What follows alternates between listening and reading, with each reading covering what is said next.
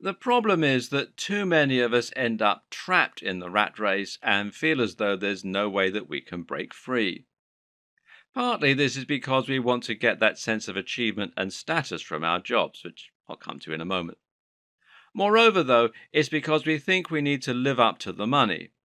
As soon as you start earning a certain amount of money, you'll probably change your lifestyle within your quote means. If you're earning $50,000 a year, then you'll probably find yourself taking on a mortgage that costs more than if you were earning $30,000 a year. Likewise, you'll probably buy more gadgets and more toys, and you'll probably go out more and go on holiday more.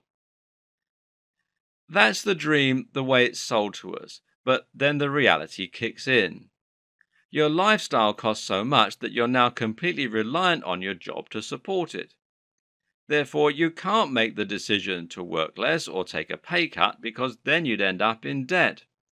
If there were things you wanted but you couldn't afford, then you might already be in debt.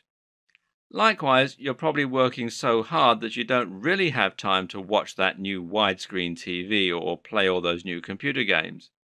And also, more important things like your health and your relationship with your family are falling by the wayside. So let's rewind for a moment and reassess. Why not buy a smaller house on that $50,000 salary? Let's say it has one less bedroom. It's a two bed instead of a three bed. You may not now be able to have that home gym, and you might have to move home if you ever have three kids. But you're now completely free from the stress that comes with earning only just enough to maintain your current lifestyle. That means you can spend more money on traveling and going on holiday. It means you can take on an easier job with less stress. And it means that you can visit friends, paint, write, read, exercise. Why don't more people make this decision? Of course, you might decide that all you care about is that home gym and you need three bedrooms. But in that case, you can probably find other areas to cut costs to focus on that one thing that is truly important to you. What most of us don't realize is that it is possible to get what we want right now. It's within your means. Let's say, for example, that you want to travel more and so you're trying to climb your career path to earn the money that you need to go traveling. Except that the more money you earn, the more responsibilities you take on, and the harder it is to take a career break. And the older you get, the more commitments you have elsewhere in your life. It's never a good time to travel. So, you know what? You should just do it now. And there are plenty of ways to do it cheaply thanks to budget airlines, Airbnb, and more. My recent trip to Switzerland, for example, cost me all of $50, or the equivalent in British pounds. I live in the UK, so an EasyJet flight cost me barely anything, and I was able to get it even cheaper because I'm fortunate enough to know a pilot. A return flight cost about $20, and we booked the accommodation one night with Airbnb. It was an incredible cabin on the side of a beautiful mountain in Siskikon. And I spent the rest of the time staying with a friend. You must know at least some people who live abroad. I worked on the Friday and the Monday and a little bit extra on the Saturday to earn back the cost of the journey. Even without working online, you can probably do something very similar. And there's plenty of exploring to do in your own country and nearby without needing to travel all the way to Asia or somewhere else that will cost more money. So you can have that traveling lifestyle without being a rich CEO. In fact, it's much easier. Likewise, you might dream of having the perfect idyllic house. But again, you don't need to be rich from your job to get there. Instead, why not just focus on making the very most out of a relatively modest-sized property? And this can be more successful than you probably expect.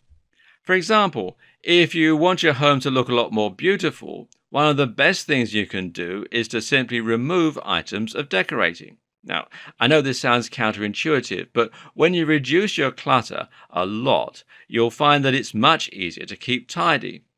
What's more is that the average value of your belongings will go up. So throw out 50% of your decorative items and you'll be left with only the very best things that you couldn't part with, resulting in a much more beautiful looking home. Likewise, sometimes it takes just one stunning feature to make your home truly special and unique. How about saving all your money towards a spectacular water feature?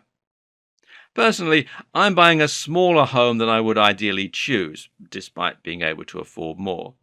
But for approximately $20,000, I'll be adding an office pod to the garden. It's a stunning, modern 2.5 by 2.5 meter office that is made from renewable materials and has large double glazed windows looking outside. It's a stunning feature that will increase the value of the property and that I'll be able to work in while the rain hammers on the glass outside. The perfect home without being rich. And often, if you really think about your dreams, you might surprise yourself. My friend recently quit a high paying job building defensive weapons for a startup that sold to the military. Instead, he became a park ranger. Why? Because he loves exercise, loves being outside, and he's fascinated by bugs. Go figure. But he's much happier now on a smaller salary, and he can't wait to get into work every day. I could personally see myself loving being a tree surgeon. Every day is a high adrenaline adventure. I've been promoting the idea of quitting a job and becoming a park ranger or a rubbish collector a fair bit now, and understandably, some people watching this might be a little perplexed. If you're a motivated type A personality, then perhaps you can't stand the idea of being a rubbish collector or working for a nature reserve. But here's the thing. You can get your sense of progress and your sense of satisfaction outside of work. My sister did an art degree and loves creating sculptures out of paper. She was even hired to make an advert for a prominent musical artist. Now she works in telesales. Is she happy doing that? Well, yes, because she still makes art as a hobby, sells it on the side, and gets a real sense of reward from that. She feels like she's making progress and it has nothing to do with her job. Likewise, she's making an additional income from having another source of revenue. Again, you can do the same thing. Want to be a music artist? Well, the best way to accomplish that in this day and age is to get onto YouTube and start building a following. This is much easier and will give you satisfaction and reward right away. Or maybe you'd love to be an author. Great. Find a job that doesn't take over your life and then use the extra time to write your killer novel. You can always publish it yourself on Kindle or using a print-on-demand service like Lulu later on. And if it's just some extra money you need, then you could run a side business as a reseller on eBay. You could cut people's hair or you could teach the piano. You could even let your room to students for a few weeks of the year or use Airbnb. There are countless ways that you can make more money that don't involve working longer or taking on a ton of stressful responsibility in your current career. And there are other reasons that wealth doesn't equal income too.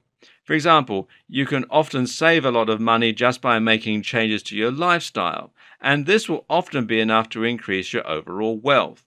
Now, that might mean that you stop drinking coffee in the morning. That's $3 5 days a week, which is $15 a week, which is $60 a month, which is $720 a year, aka a cheap staycation, right? But with some savvy budgeting, you can probably be much richer. But it's not about that. It's about first thinking what you want from life and then making the steps to get it. Oh, and actually one of the easiest ways to become a lot wealthier is to move somewhere that's poorer. This is super simple if you work online. It means you can take your current salary somewhere where a house costs half the price and you'll get much more for your money. On what I make now, I'm struggling to get the house I want with my wife. But if I were to move to Lanzarote, I could buy a house in cash that would have 3 bedrooms, a pool and a roof terrace. And I could spend my days saving up huge wads of cash ready to return to the UK in 3 years' time to buy a mansion here. Now, that's not the right course for me, but it could be for you.